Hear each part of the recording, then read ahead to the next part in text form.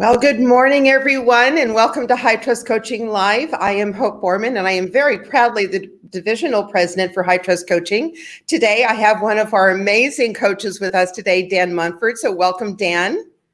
Thanks for having me. I'm really excited. This is going to be super fun. Yeah, it is. So today we're going to be talking about time traps. Today we're going to be talking about time management. But more importantly, today we are going to be talking about the identity trap, which is a topic that Dan holds very near and dear to his heart. But before we get into that, this platform is to introduce, obviously, to bring coaching, to bring, key concepts to you, maybe, elements that you can take away today and implement today. So what we would like to do is first start off with Dan. Tell us a little bit about yourself. You've been a High Trust coach for 2 years now, and I know that you're running a business. So tell us about yourself.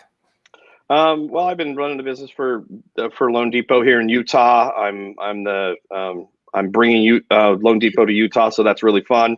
And then coaching on top of that, and I really enjoy coaching. Coaching's dear to my heart, and I love to just give back and share.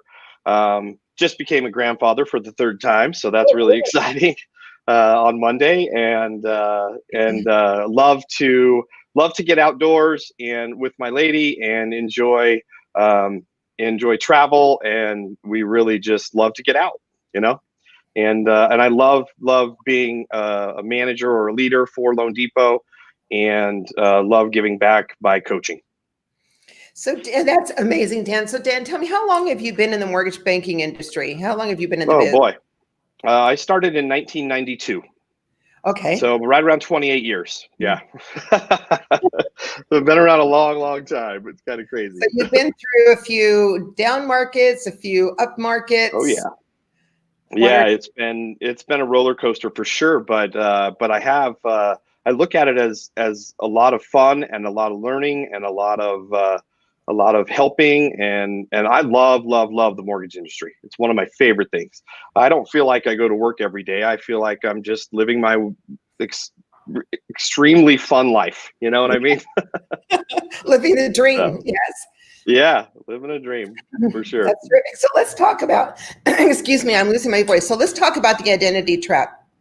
So in Todd Duncan's book, Time Traps, he talks about the idea that work shapes our identity.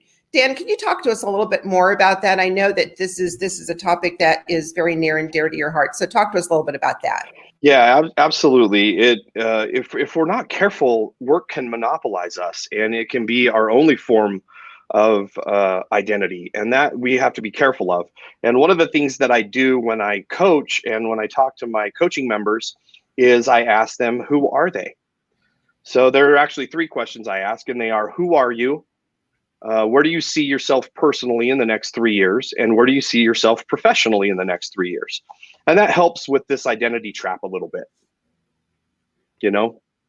It's really important that we don't allow our work to identify us. Yeah. I have to tell you, Dan, that those are 3 important questions. And so could you repeat those one more time? Because I'd like for everybody kind of write that down, those 3 questions that we should probably be asking ourselves that question maybe once a day. Well, I ask it all the time. Yeah. So and I have them write the answers down to these questions so we can actually discuss them, so we can move forward in our coaching program on their level. So the questions are, again, who are you? And where do you see yourself personally in the next 3 years? And where do you see yourself professionally in the next 3 years? That's perfect. I love that. So let me ask you a question. When you ask the question, who are you? What kind of responses are you getting? Do you feel it's probably the hardest answer to give? They have a hard time with that. Yeah. I had somebody say last week when I asked these questions, I wasn't expecting you to ask that question. And so I like to get the responses because it kind of throws them off guard a little bit. And I think coaching with our coaching members, one of the key things that I dive into is making sure I always have them uncomfortable. Ooh, I like that. Tell me more about that. Well, I mean, if we're uncomfortable, we're always moving forward, I believe, and we're learning from being uncomfortable. And living in your comfort zone doesn't help you grow. So, getting them outside their comfort zone is massively key.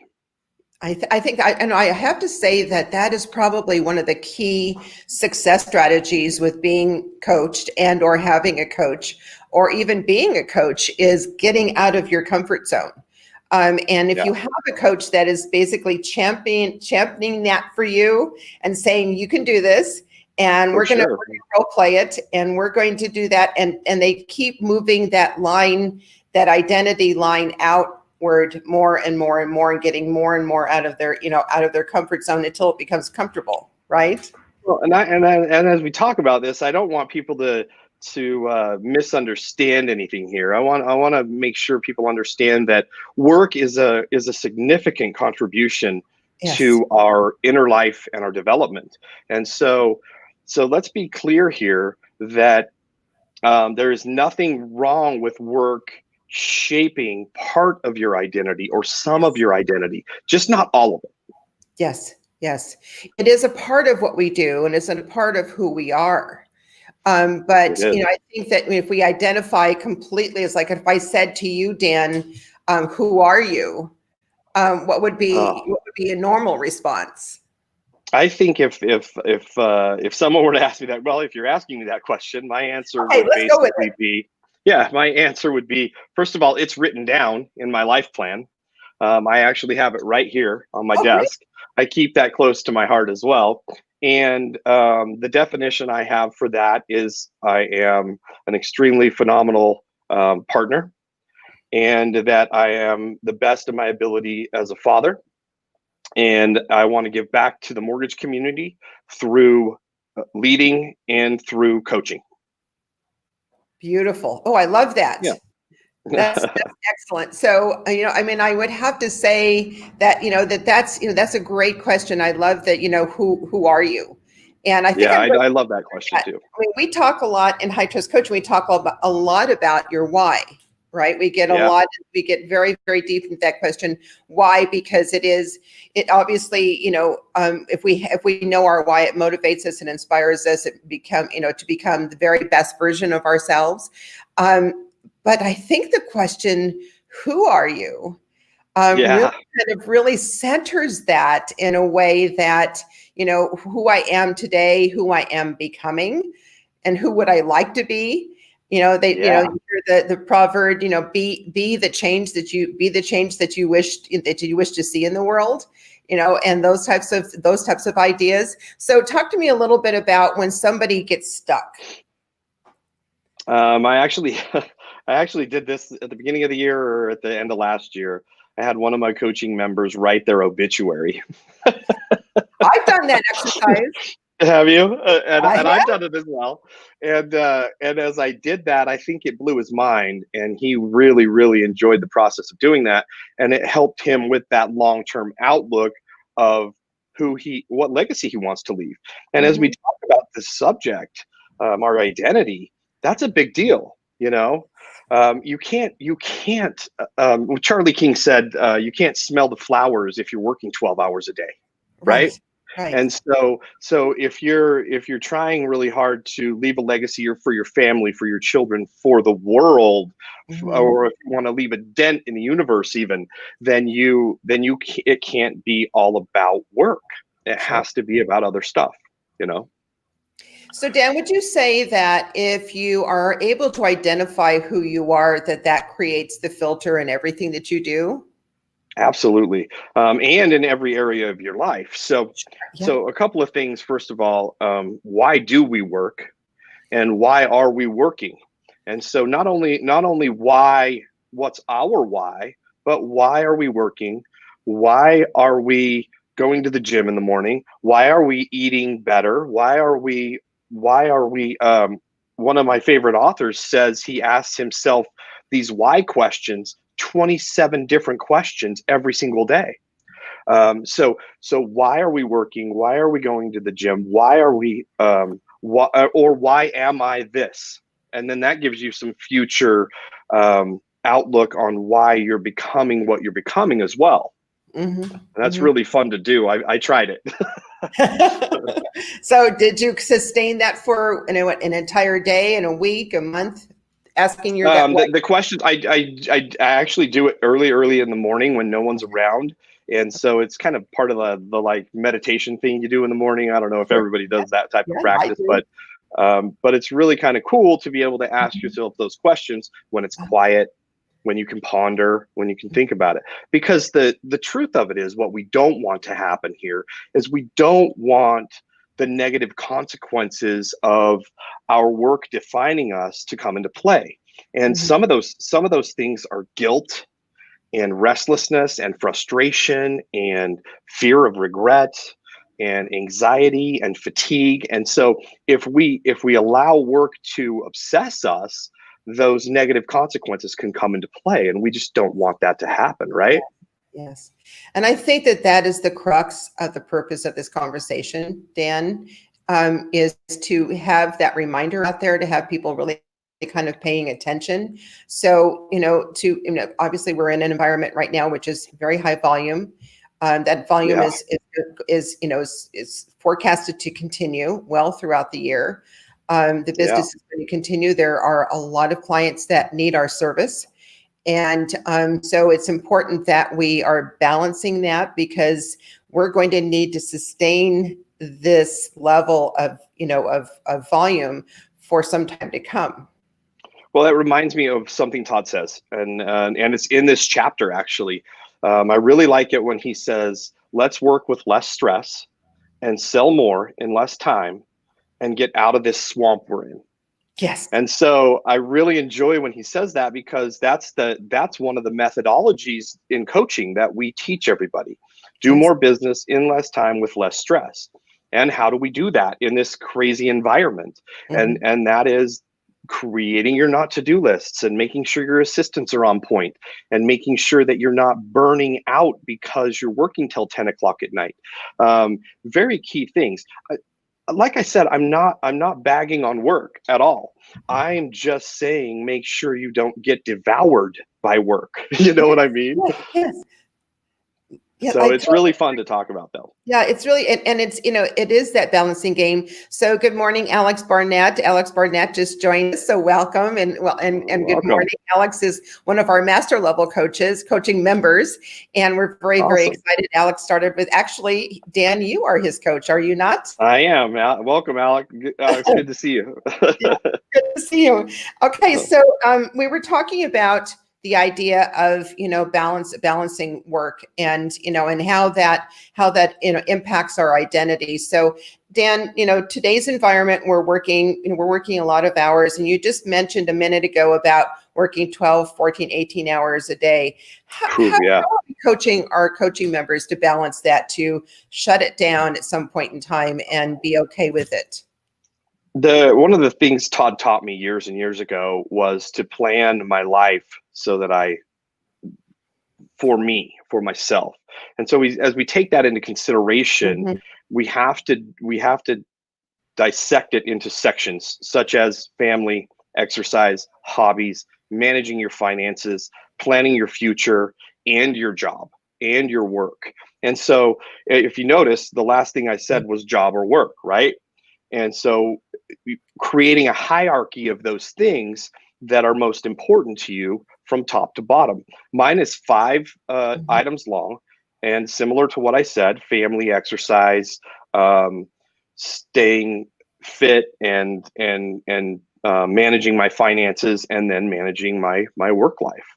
And as you do those things, then the decision to go home at 5 o'clock becomes much more easy, or the decision Oh. to shut off your email for the next hour becomes easy. So it's Mhm. you're when you plan these areas of your life, it creates a decision guide that Mhm. allows you to make those decisions faster and much more easy. Yes. You Interesting, huh? know, it's very, very interesting, and it's that simple too, Dan. Would you Yeah, say it's that yeah. simple? It's that simple. It So, really is. It really is. The biggest problem we have is getting people to do it. uh-huh. Yeah. So And that takes a little bit of courage, I would say. I think that that's a lot of conversations that I have with my clients with regard to even shutting down the email or even putting an out of office auto response for certain segments of their day. And one of my clients had responded to me and said, well, Hope, I don't want my agents to think that I'm too busy for them. And that's not the message. So how would you respond to that? I mean, I know what my response was, but how would you respond to putting an out of office, incrementally throughout the day to just block out go zone time? I think it's great, and I think if you're utilizing the teachings of or the methodologies of high trust coaching, such as time blocking, then it's much easier to do as well. So when you plan these areas of your life and then you go to your job and you're planning your job takes a lot of planning, right? Or your work takes a lot of planning. So as you're planning those things out, you have to stick to your time block. If you're not sticking to your time block, you're really not sticking to your business plan, right? Oh, yes. Yes. Whoa, Yeah, I that's love an that. interesting You're not thing, sticking right? to your time block. You're not sticking to your business plan. I love that. Yeah, absolutely. And so as we look at our time block, it's kind of funny because when I was the most successful as a loan originator, my time block was so dialed in, it wasn't even funny. And years later, as I started to become a manager and a leader of multiple people in the organization that I was working for at the time, my assistant said to me, you need to stop it and get back to your time block. And that was profound for me. So then I began. It was right around the time I became a coach a couple of years ago, actually, and right around that time I started to stick to my time block. I mean, literally, when I coach, my door is shut, my phone is off, my email's down, everything. The only thing up in front of me is our coaching session and our past coaching session, so I know exactly what's going on with that particular coaching member. And as the other thing I was going to say that I like to ask when we go to the master level coaching is I like to ask that master level coaching member, because usually they're leaders, is what kind of leader do you want to be? Ooh, I love Yeah. that question. And so that adds to their, hopefully we're leading from the heart. That's what I believe in. And that's what I believe the high trust methodologies believe in. As we get into the high trust interview, as a matter of fact, this is an interesting story. I high trust interview every loan officer that I recruit. And so about 2 weeks ago, I had a recruit in my office, 6 feet apart, obviously, and we had a high trust interview. It was an hour and 15 minutes long. It was so amazing.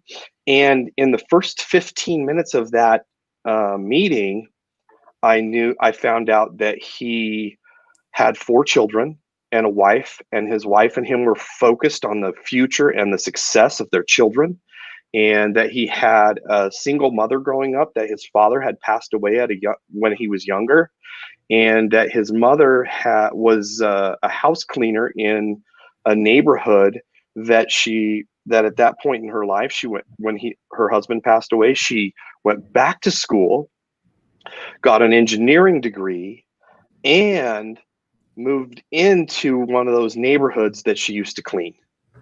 I was blown away. It was amazing. It was so great. And so as I try to teach the high trust interview, I try to teach you're going to have these amazing experiences with it, so don't be afraid of it. You know what I mean?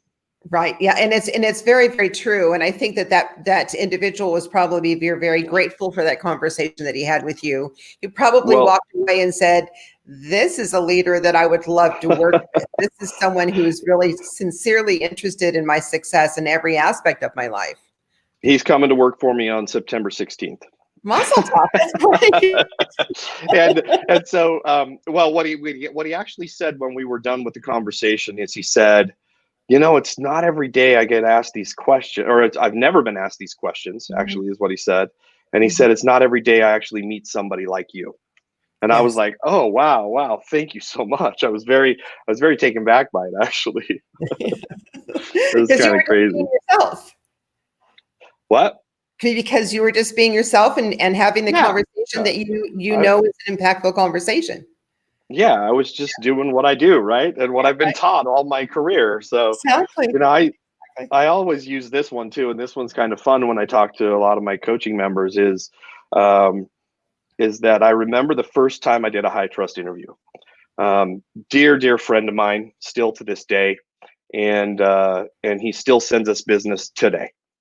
And this was back in, I think, 2001 or 2002 that I had this conversation with him. And we have had that long of a relationship.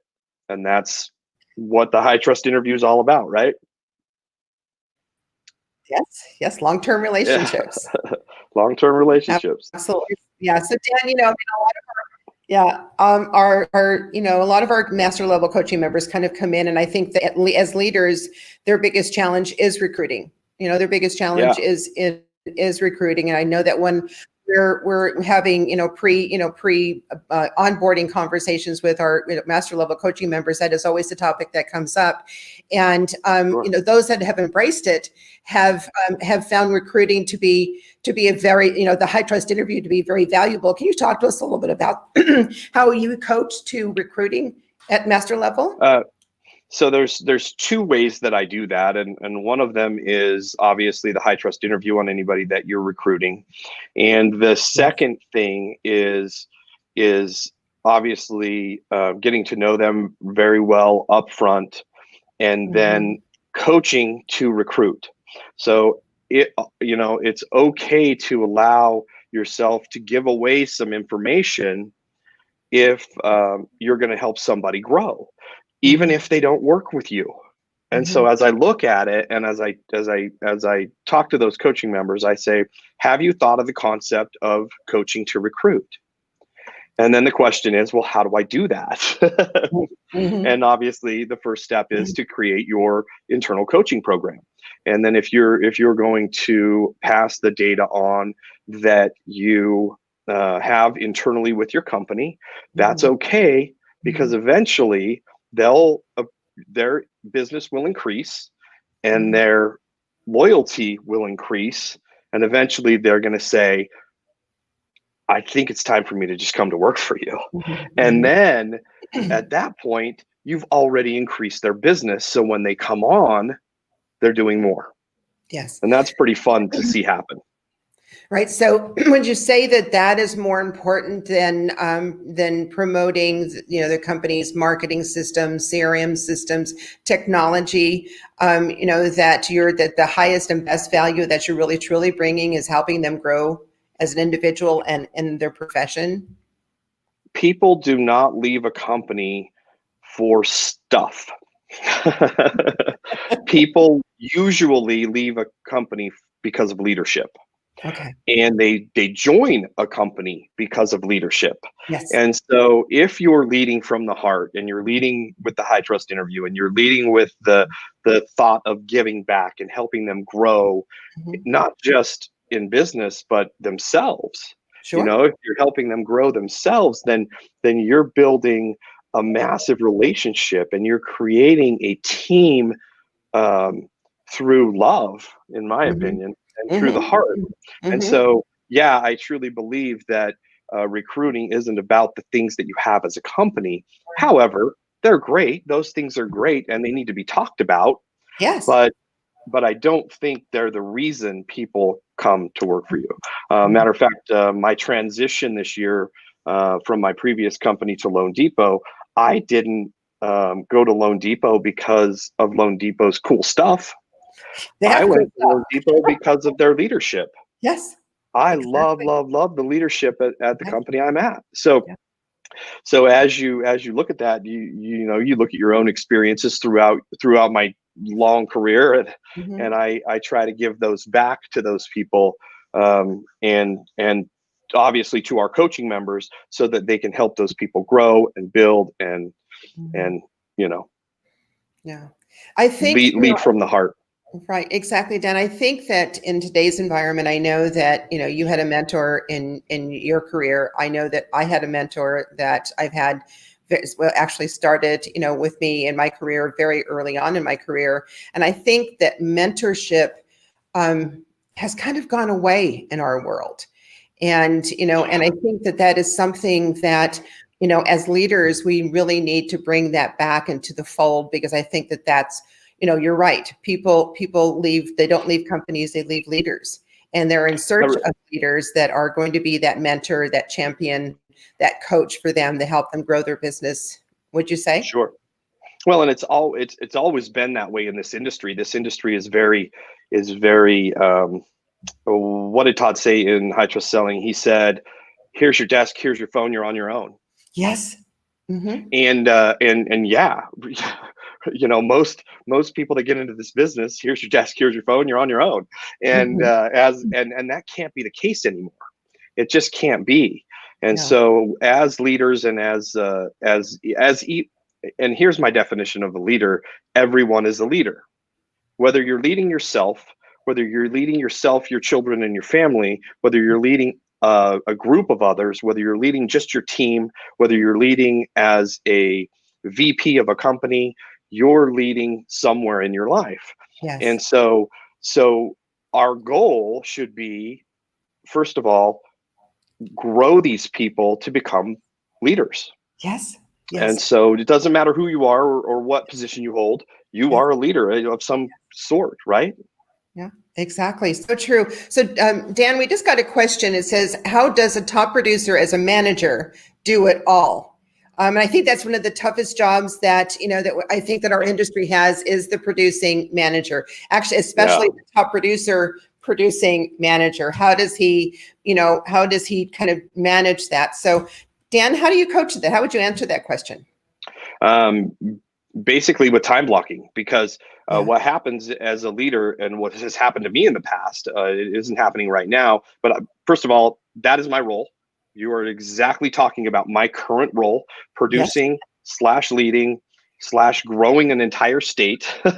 And so as I look at that and as I coach that, it's basically make sure everybody understands the value of your time and schedule everything, literally every little teeny thing.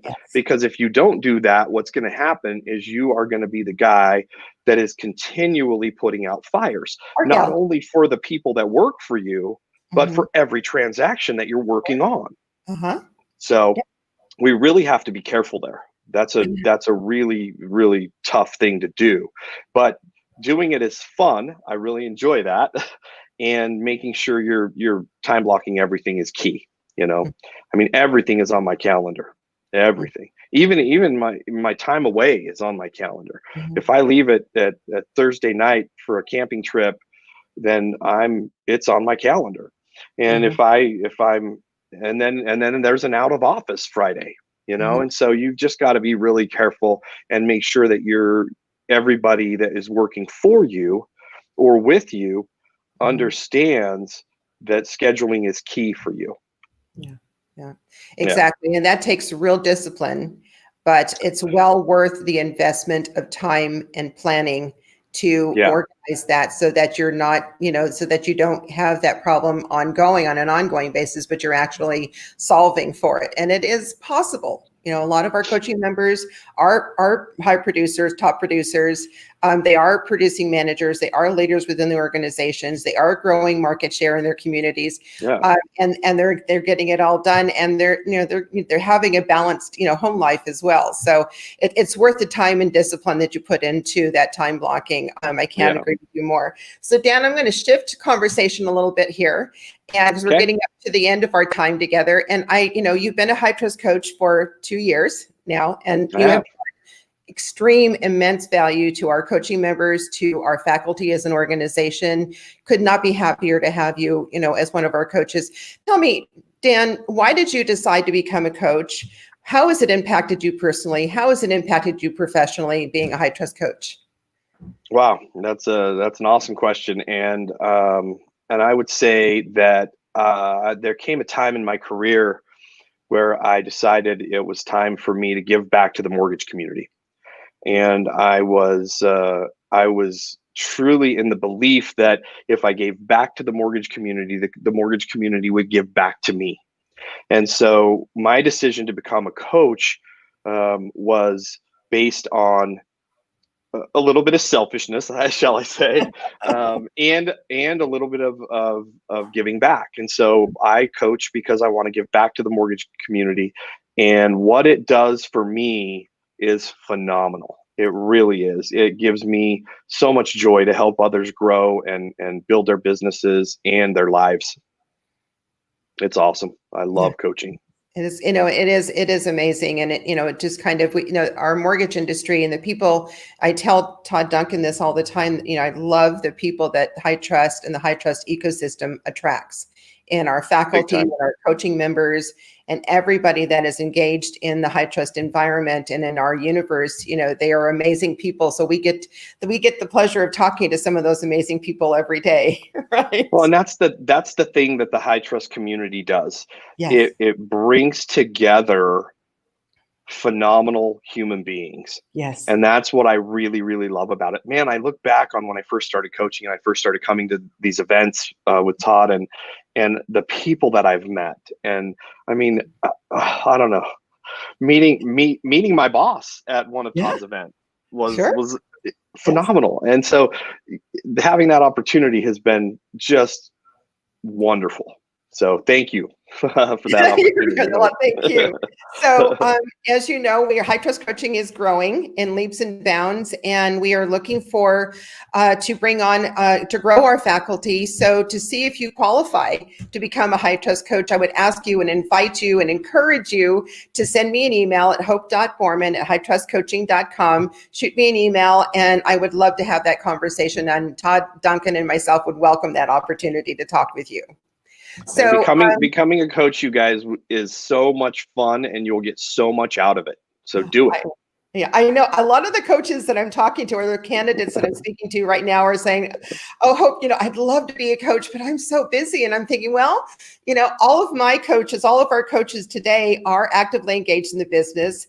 They are right in the trenches, right along with you, and they are finding time to be coaches. So it is possible, and I think that would be incredibly rewarding.